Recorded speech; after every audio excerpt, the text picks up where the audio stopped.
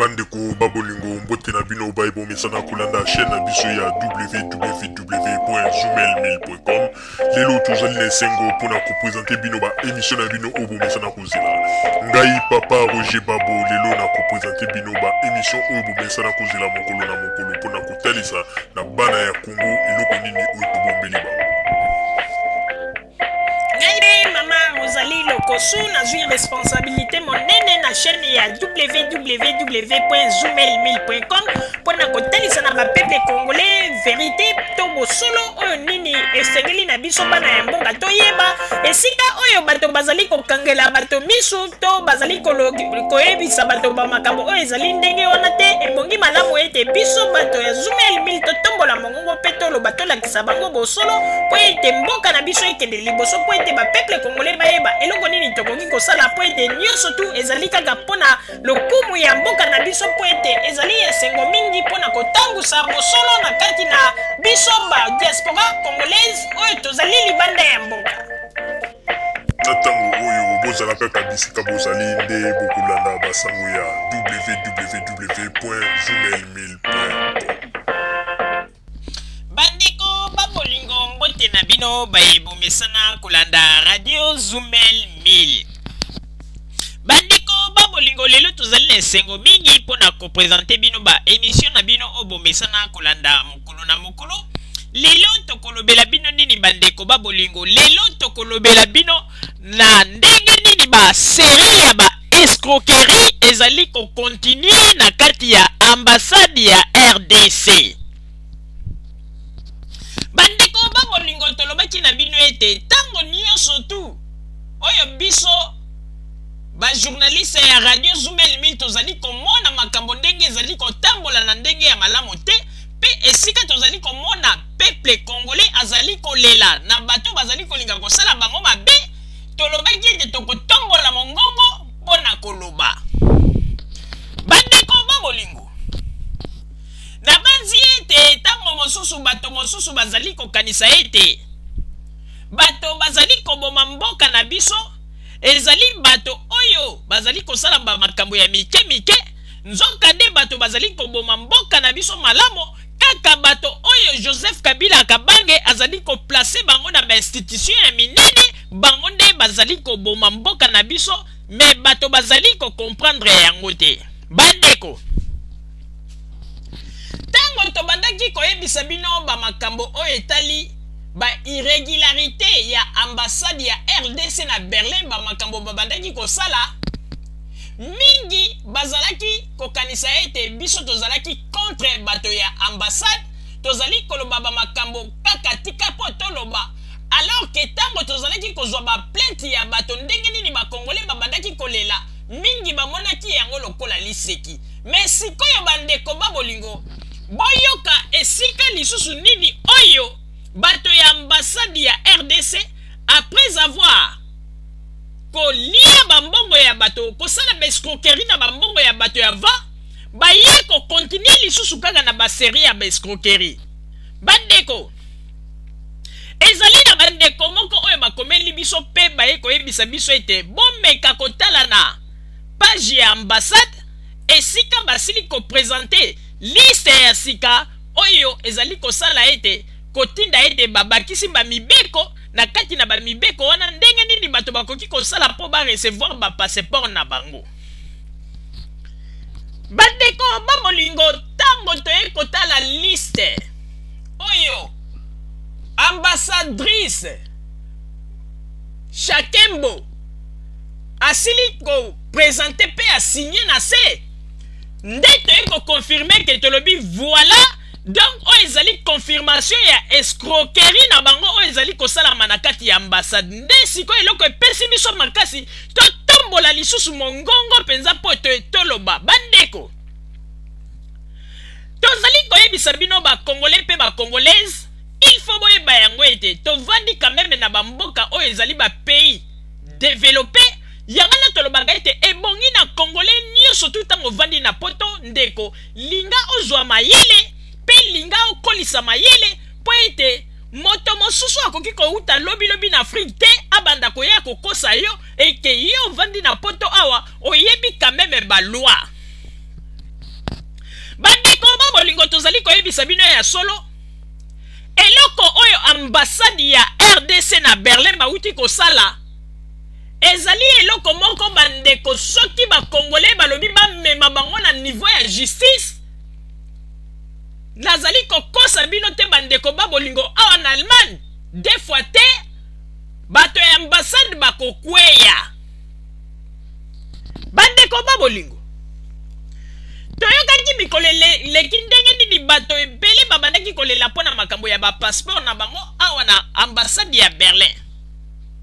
ndenge nini bazalaki koloba mpona ete bapasseport na bango bamisusu basala bademande depuis kala nano bazwa te bamosusu bapasseport na bango ekomi kokende na ba 6 mois bamosusu ekomi kokende na ba inane bandeko ba bolingo olie ba regle nanu ba situation ya bandeko oyo bazalaki na ba problème ya ba passeport na bango kuna na ambassade na Berlin tala lisusu groupe ya ba malfaiteur oyo na kati ya ambassade bakei koyokana mpona kocreye lisusu liste ya koloba boye bandeko bolanda basali document bakomi les documents exigés plus photocopie 100 bandeko après avoir kokoma bani na bango mosusu bapesi na ba numéro ya banque baye sikoyo bakiti na se bakomi boye les documents exigés plus photocopie 100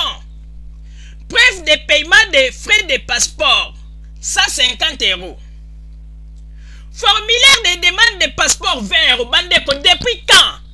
bato bakomi kofuta 20 € pour na formulaire où ils allaient kaka gratuit ok na ambassade rempli après au futi na 200 € na yo lelo formulaire et comme il faut ko futa 20 €. Wana déjà toyebi ba jeune bango esike ezali kokende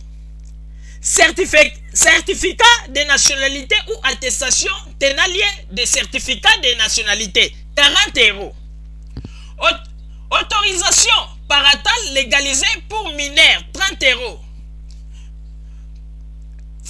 Extrait d'acte ou l'attestation de naissance du demandeur 40 €. Après on a commis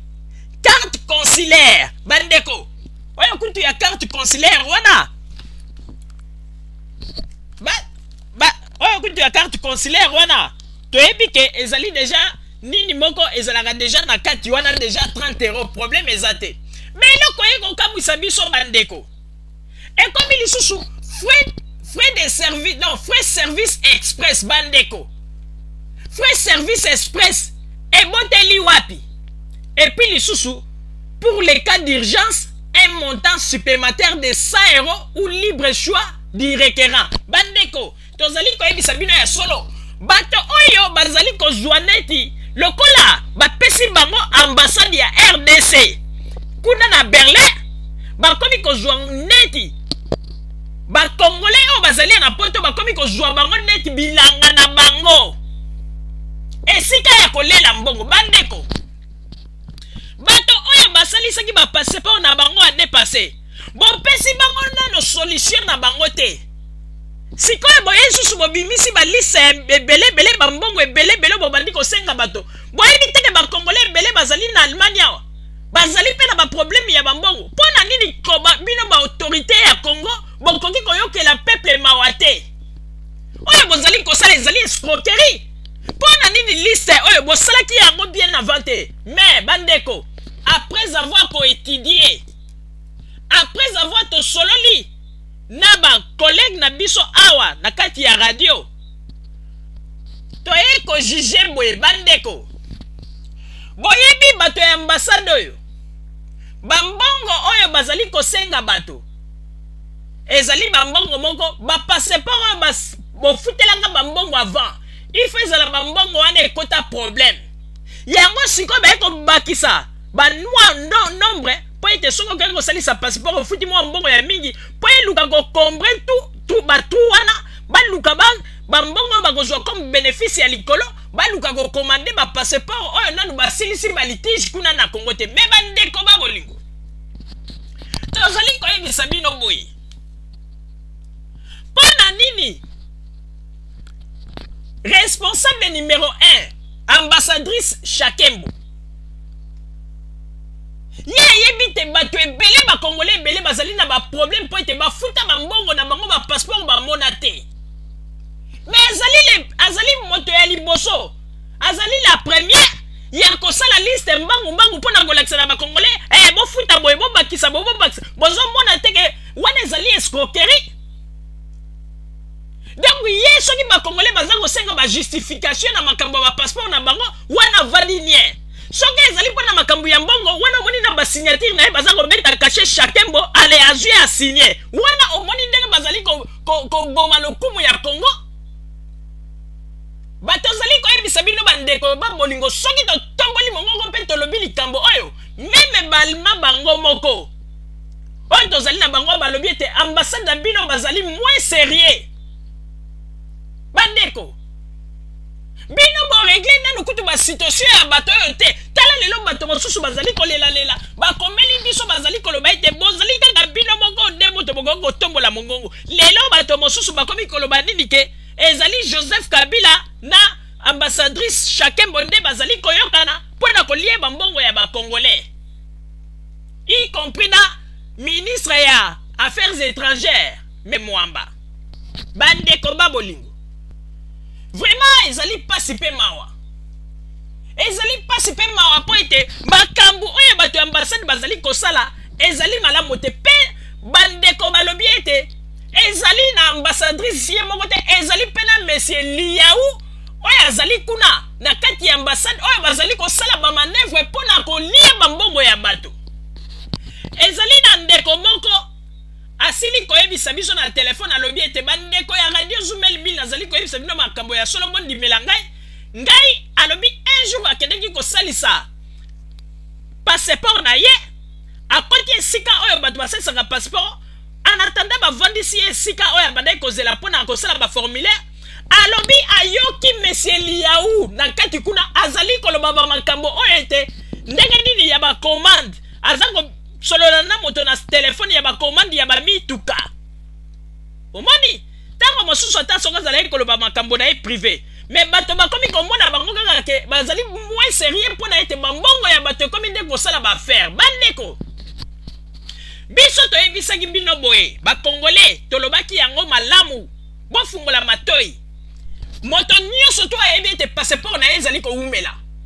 kende epai ya avocat na yo pesa ye dossier wana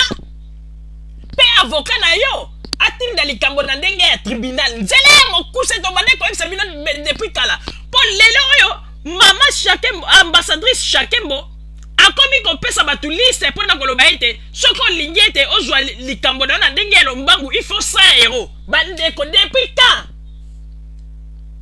Depuis quand? Wana ezali nani? Ezali Joseph Kabila nde moto apesi bango ide babakisa 100 euros mpona express mpona makambo na yo ou bien document na yo esala na lombangu ou bien ezali ministre ya affaires étrangères Tambwe Mwamba. Bomoni ndenge bozali kosangana na bakongolais. Bandeko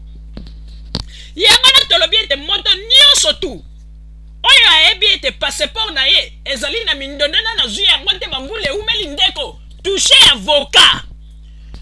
luka avocat na yo yebisa ye avocat na yo koporter plainte contre bato ya ambassade parce que oyo bazali kosala ezali escroquerie pure. Bandeko oyo ata justice allemande soki tali makambo oyo bandeko bino bopesaki bacondition ke moto po asalisa passeport 200 euros. Lelo oyo bato mosusu boregle basituation na bango te bozali kobimisa liste mpona koloba ete po ete moto azwa passeport na ye na ndenge ya lombangu il faut afuta 100 euros ya supplémentaire. Bomoni place escroquerie na bino ekomi komonana. Bandeko babolingo tozali koyebisa bino boye ndenge bato oyo bozali wana tosengi na bakongolais nyonso tu oyo bazali na Allemagne ezala bazali na bamboka nini a partir ya lelo tosengi na bino moto moko te asalisa lisusu passeport na ambassade ya RDC na Berlin. Tozongeli totomboli mongongo mpe tozali koloba yango congolais pe congolaise yo moto vandi na Allemagne, yo moto vandi na France, yo moto vandi na Suisse, yo moto vandi na Belgique, partout ndeko komeka kosalisa passeport na ambassade ya Berlin te ya RDC po ete bamaka makambo nyonso to ezali koleka bandeko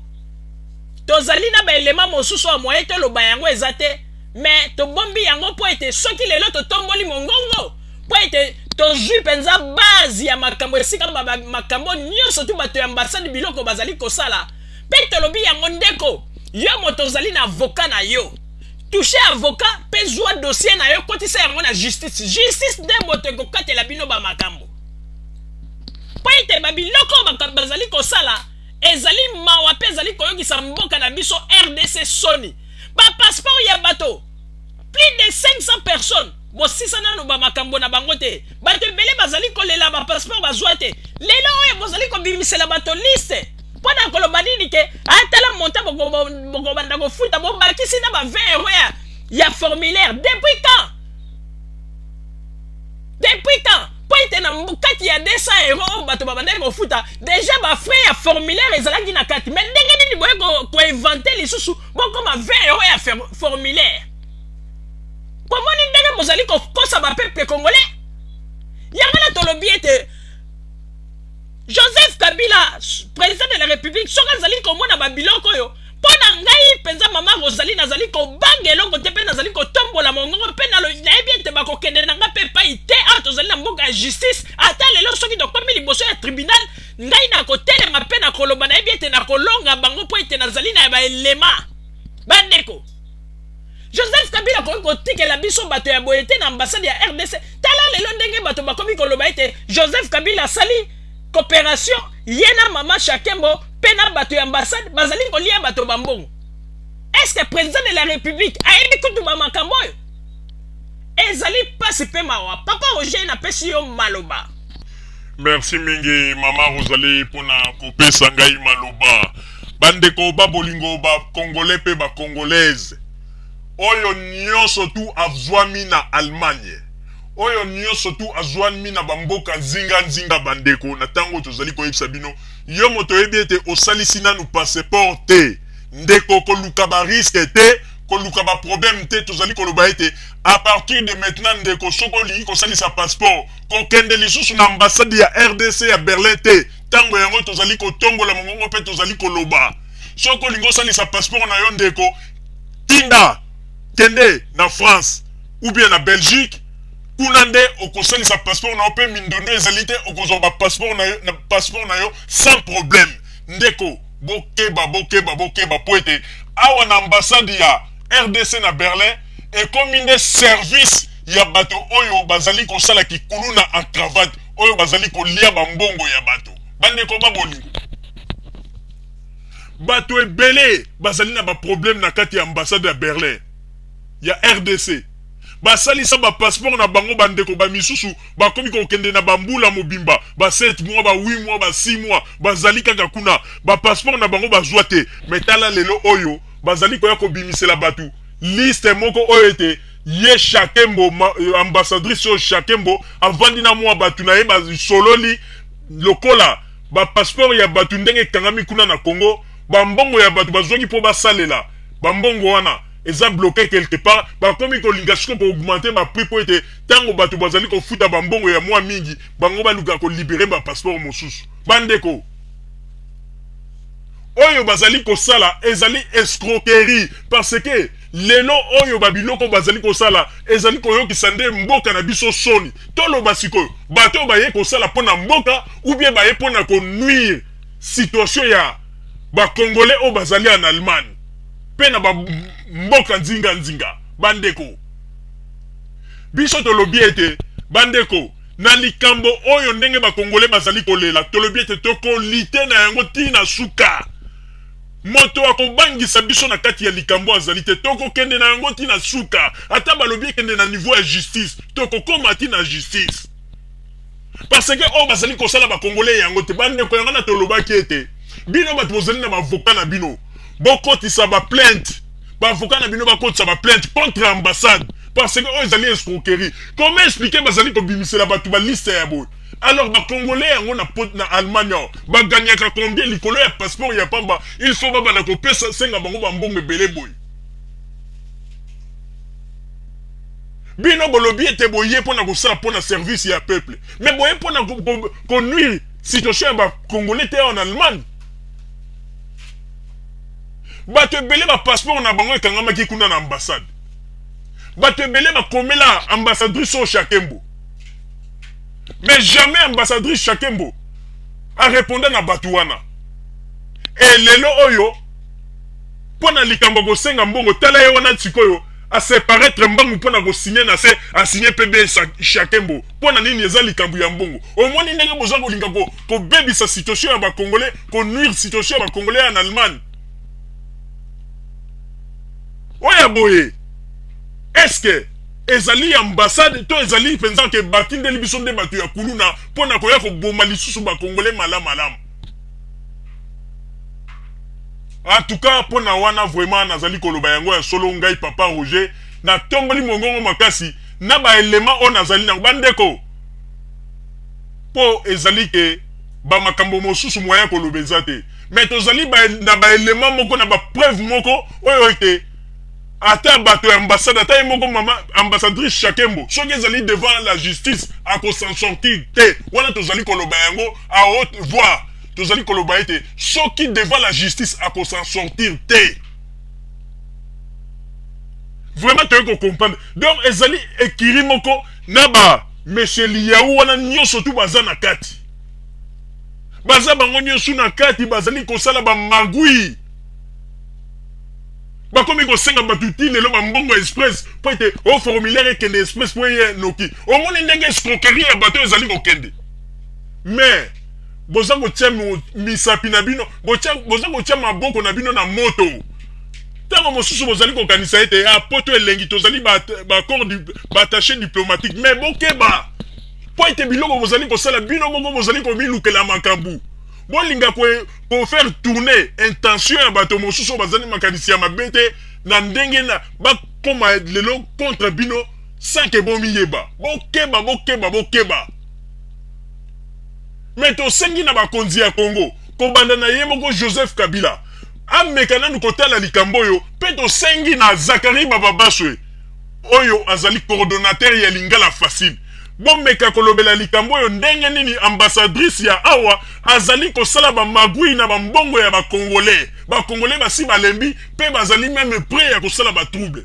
yangana tozali kosenga na bakonzi ya Congo c'est le temps bino nde bozali ba responsable numéro 1 bomeka kotuna chacun mo malamu bambongo ya bato azali kotia yango wapi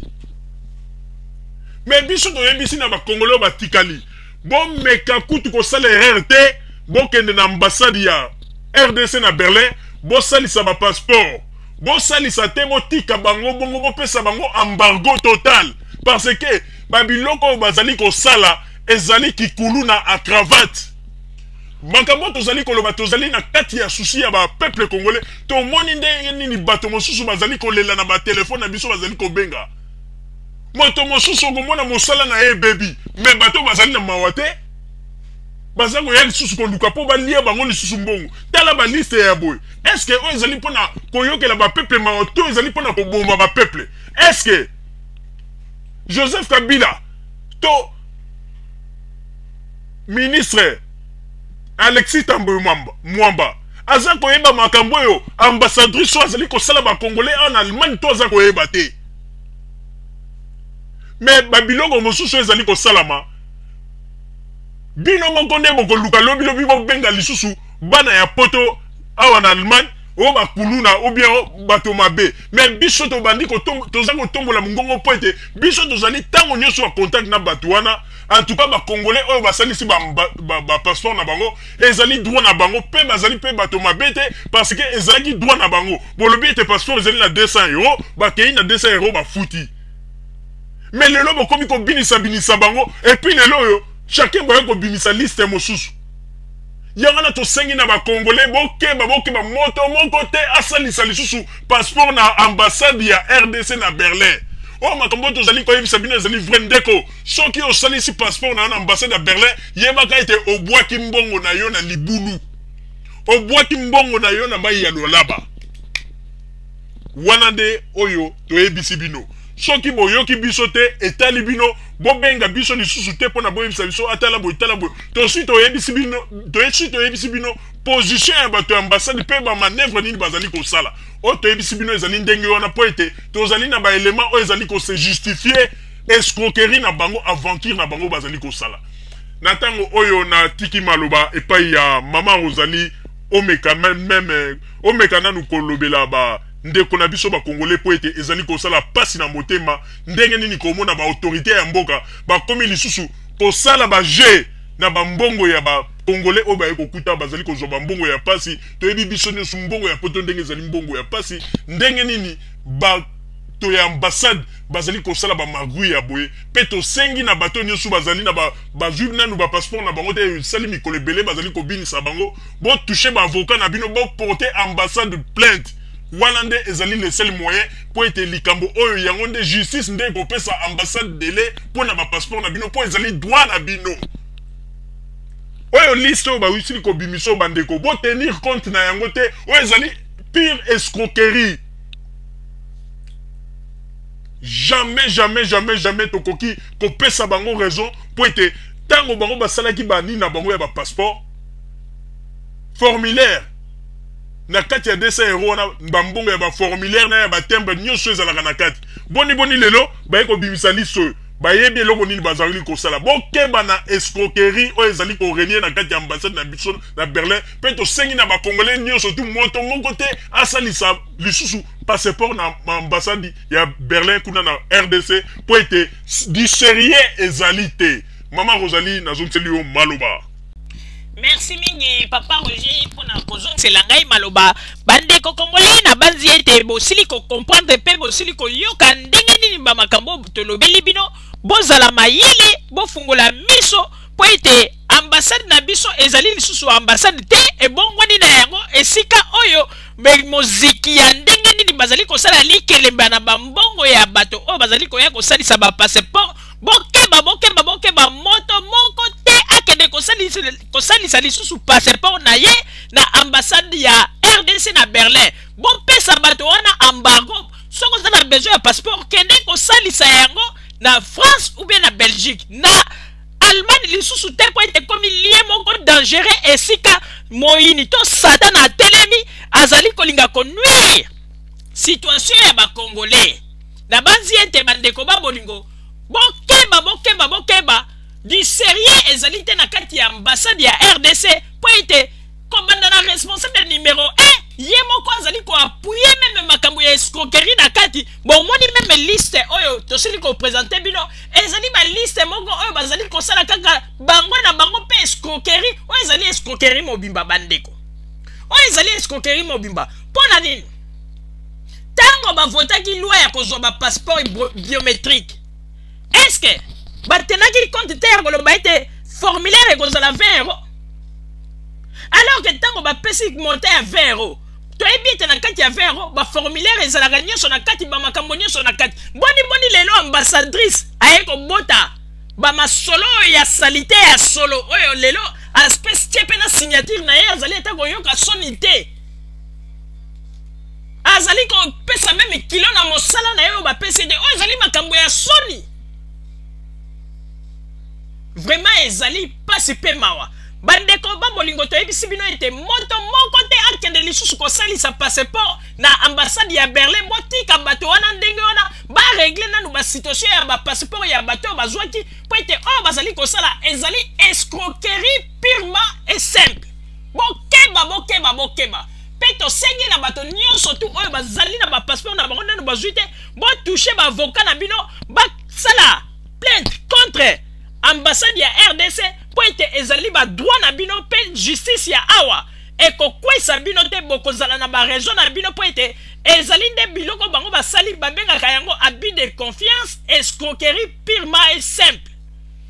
oyo tozalaki na yango na bandeko babolingo pe tosengi na bakonzi ya Congo makambo oyo ntango tozali koloba bozali kozwa yango bozali kotanga biso bozali koloba elongo te me mokolo bokoyoka likambo esalami ya na Allemagne pona bato ndenge bazali kolela na bapasseport na bango nde mokolo wana tuka bomeka kobenga bakongole te bana ya kulu na banini po ete mingi bazali basi barate bavoyage na bango problème na famille moyen bakende za te likolo ya escroquerie oyo ezali koleka na kati ya ambassade ya RDC. Bandeko bambolingo bozala kaka bisika bozali na nsima ya bangonga nde tokotalisa bino basango oyo tobombeli bino ya Radio Zumel 1000. Merci. Bandeko babolingo na bandi buti kolanda émission na biso oyo tosileki kolekisa yango po ete boyeba basango nini oyo bino bobande kozela na bandi ete moto na moto asili kotire leson na ye na oyo esili kolobama na esika oyo yango ete tosengi na bino ete boboto ezala na bino na bafamille esika bozwani na bandi ete mbala ya nsima biso boto Zumel 1000 tokozanga te mpona kopesa bino lisusu basango oyo esengeli mpona bino tosiki wana mpona lelo merci mingi www.zumel1000.com ezali wana mpona bino na bandi ete bokozala dessus te nsima ya bangonga nde boyebi nini oyo tobomeli bino. Merci.